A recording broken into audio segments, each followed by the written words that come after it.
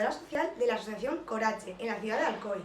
Somos una asociación de familiares y afectados de daño cerebral adquirido que nació en 2018 y sigue creciendo cada día.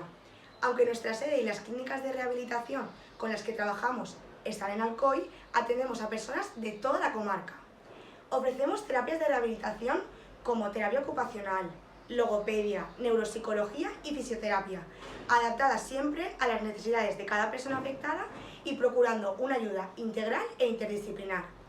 Esta rehabilitación persigue el objetivo primordial de mejorar la calidad de vida de las personas afectadas y aumentar su autonomía en la vida diaria.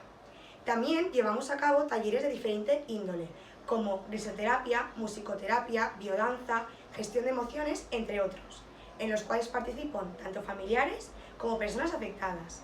Con estos talleres se pretende ofrecer un espacio de desconexión y proporcionar el apoyo necesario para estas personas, sin olvidar también la importancia de la labor que se realiza Corache de prevención, concienciación y sensibilización en la sociedad a través de charlas y actividades en diferentes ámbitos. Ya sabes, si eres persona afectada o familiar de daño cerebral, en Alcoy o la comarca, aquí está Corache para ayudarte.